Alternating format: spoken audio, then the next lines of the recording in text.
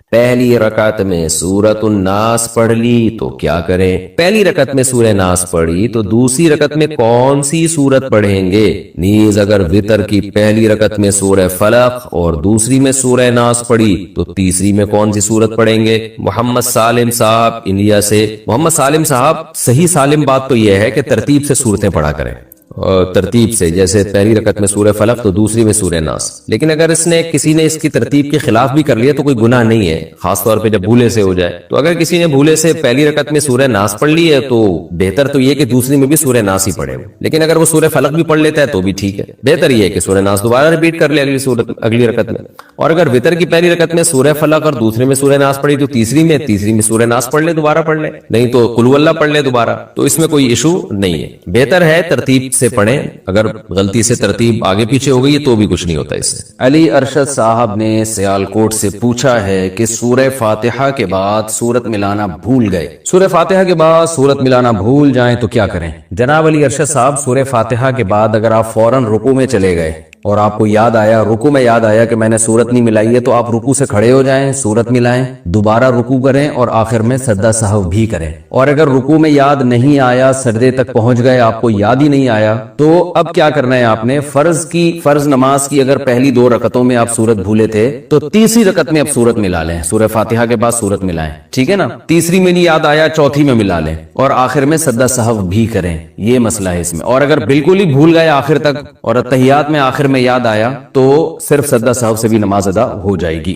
اور اگر سنتوں میں یہ کام ہوا ہے، یعنی سنت موقدہ آپ پڑھ رہے تھے یا یہ کہ نوافل پڑھ رہے تھے، تو اس میں تو چونکہ ہر رکعت میں سورت ملانا واجب ہے، فرائض میں تو چلیں پہلی میں نہیں ملی تو تیسری میں ملا لی، لیکن سجدہ سہو پھر بھی کرنا پڑے گا۔ تو یہاں بھی یہ ہے کہ سنتیں اگر آپ پڑھ رہے تھے اس میں سورت ملانا بھول گئے تو رکوع میں یاد آیا تو کھڑے ہو کر سورت ملائیں، دوبارہ رکوع کریں، سجدہ سہو کریں، رکوع میں یاد نہیں آیا تو اب بس گئی سورت، اب آخر میں صرف سجدہ سہو کر لیں، نماز انشاءاللہ ہو جائے گی۔ نماز کی ہر رکعت میں سورہ اخلاص پڑھنا، فرض نماز میں ہر رکعت میں سورہ اخلاص پڑھ سکتے ہیں، خلیفہ شاہ نیو یارک سے پڑھ سکتے ہیں، نماز ہو جائے گی۔ حدیث میں آتے ایک صحابی نماز میں بار بار سورہ اخلاص پڑھتے تھے، آپ نے ان کو بلا کے پوچھا، انہوں نے کہا مجھے اس سے محبت ہے، تو آپ نے ان کو جنت کی بشارت دی۔ تو اگر کسی کو عقیدہ توحید سے محبت ہے، اللہ تعالیٰ کی توحید ہے، اس میں اس نیت سے پڑھتا ہے تو انشاءاللہ کوئی حرج نہیں ہے، لیکن نارملی یہ عمل ناپسندیدہ ہے۔ صحابہ نے شکایت بھی اسی وجہ سے کی تھی نا کہ نبی کا عام معمول یہ نہیں تھا، تو بہتر یہی ہے کہ ایک رکعت میں کوئی سورت پڑھیں، دوسری میں دوسری پڑھیں، تیسری میں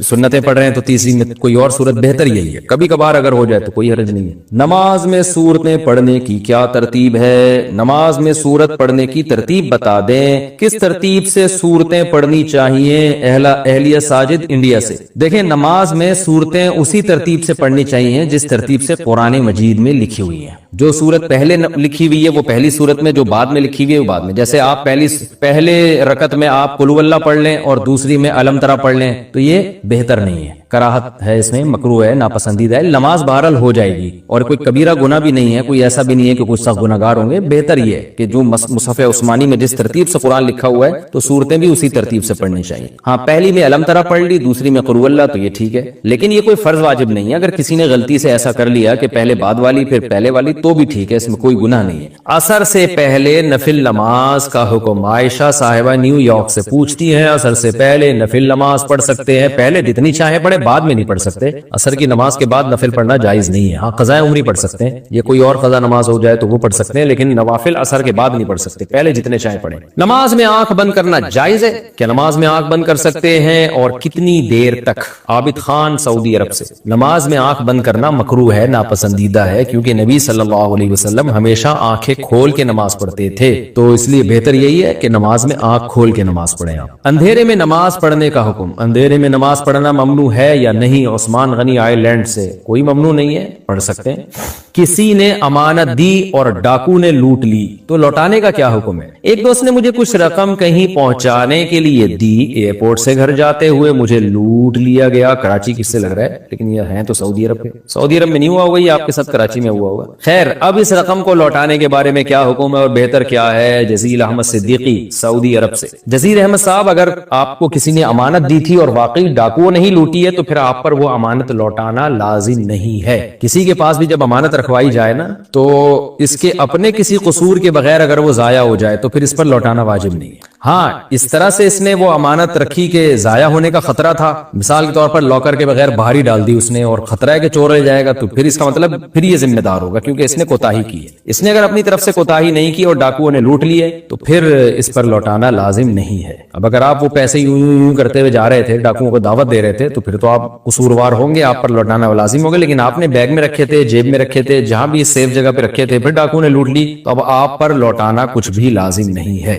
راستے میں چلتے ہوئے درود پڑھنا کیا منع ہے؟ درود شریف راستے میں چلتے ہوئے پڑھنے سے بعض علماء منع کرتے ہیں، اس کی کیا حقیقت ہے؟ میرج تاج علی، چھوٹا لکھا ہوا تاج علی پشاور سے، نہیں جی ناجائز نہیں ہے، باعث سعادت ہے، چلتے ہوئے ادھر ادھر کی باتیں کرنے سے بہتر نہیں ہے کہ آپ درود شریف پڑھ لیں، تو بالکل جائز ہے، پورا ثواب ملے گا انشاءاللہ۔ ٹوپی کی جگہ کیپ لگا سکتے ہیں، اگر کبھی کبھی کوئی ٹوپی کے بدلے کیپ لگا لے تو کیا اس سے سنت ادا ہو جائے گی؟ عادل صاحب کشمیر سے، سر ڈھانپ کے نماز پڑھنا سنت ہے، کیپ اگر آپ نے اس کا رخ پیچھے کر دیا اس کے جو شیڈ ہے تو بھی سنت پوری انشاءاللہ ہو جائے گی۔ بہتر یہ ہے کہ ٹوپی پراپر جو نمازی لوگ استعمال کرتے ہیں وہ والی کیا کریں۔ کبوتر پالنے کا مشغلہ کیسا ہے؟ کبوتر پالنا اڑانا ثواب ہے یا نہیں؟ عامر مرزا، اڑانا تو بالکل بھی ثواب نہیں ہے، بلکہ بعض فقہاء نے تو اس کو ناجائز لکھا ہے۔ وجہ اس کی یہ کہ جب آپ کبوتر پالتے ہو اور اڑاتے ہو تو چھتوں پہ چڑھتے ہو، لوگ گھروں میں عورتوں پہ نظر پڑتی ہے، سارا محلہ پریشان ہوتا ہے، پھر سیٹیاں بجا رہے ہوتے ہو بالکل عجیب سی اسٹائل میں، تو ہم نے دیکھا ہے کبوتر بالوں کو کس طرح سے عجیب عجیب حرکتیں کر رہے ہوتے ہیں۔ یا تو آپ گاؤں دیہاتوں میں کہیں جہاں آبادی نہیں ہو، جنگلوں میں، وہاں جا کے پال رہے ہیں، تو اس لیے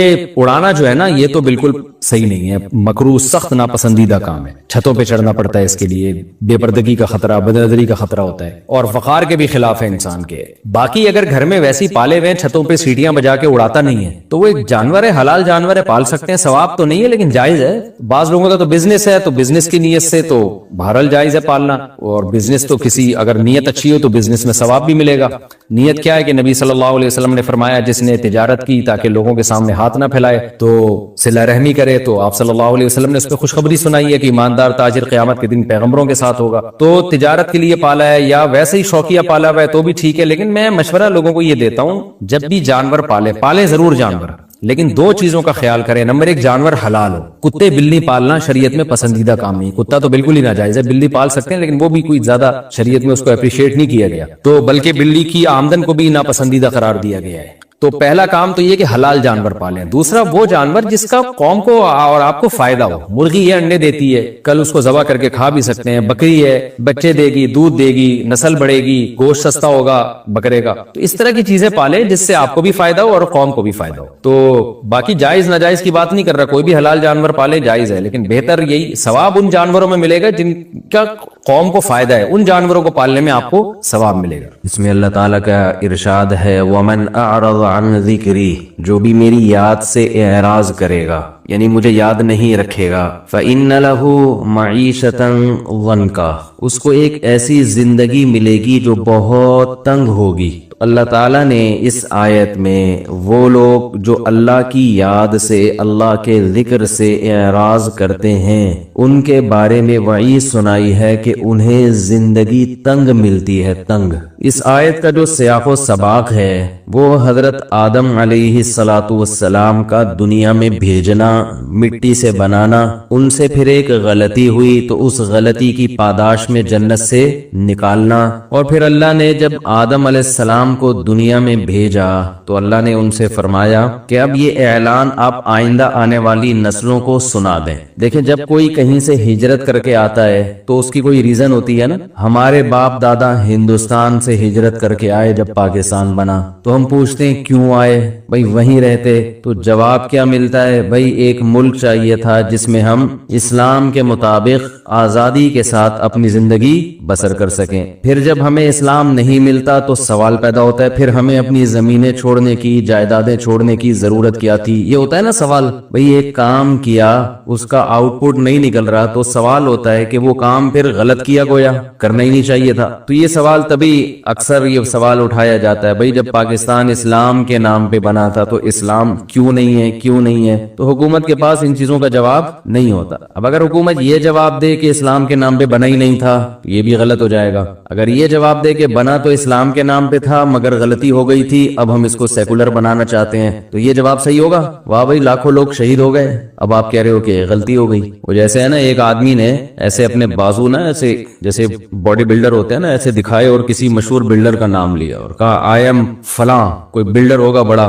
دوسرے نے کہا آئی ایم، کوئی اس سے بڑے بلڈر کا نام لے لیا، آئی ایم مثلا بلڈر نہیں، کراٹے مین کا آئی ایم بروس لی، ایک ایسے لات ہوا میں گھمائی۔ تو تیسرے نے ان دونوں کو ایک مکہ لگایا اور کہا کہ I am sorry, you are Bruce Lee, you are کچھ بھی لگا دیں اس کے آگے، اینڈ آئی ایم کیا ہوں، سوری۔ تو ایسے ہی لاکھوں لوگ شہید ہو گئے۔ ابھی پرسوں کسی نے بتایا کہ ان کے رشتہ دار جب 1948 میں مائیگریٹ کر کے آئے تھے، 15-20 افراد میں صرف 2 زندہ بچے، باقی سب راستے میں ہندوؤں کے ہاتھوں شہید ہو گئے۔ تو بڑی قربانی ہے لوگوں کی پاکستان بنتے ہوئے۔ اب آپ اگر کہیں کہ بھائی اس میں اب جس اسلام کے لیے یہ قربانی دی گئی وہ اسلام کہاں ہے، تو گورنمنٹ کہتے I am sorry, we are sorry, ہم سے غلطی ہو گئی، نہیں بنانا چاہیے تھا، تو یہ جواب درست ہوگا بھائی؟ غلط ہوگا۔ تو اسی طرح جب اللہ نے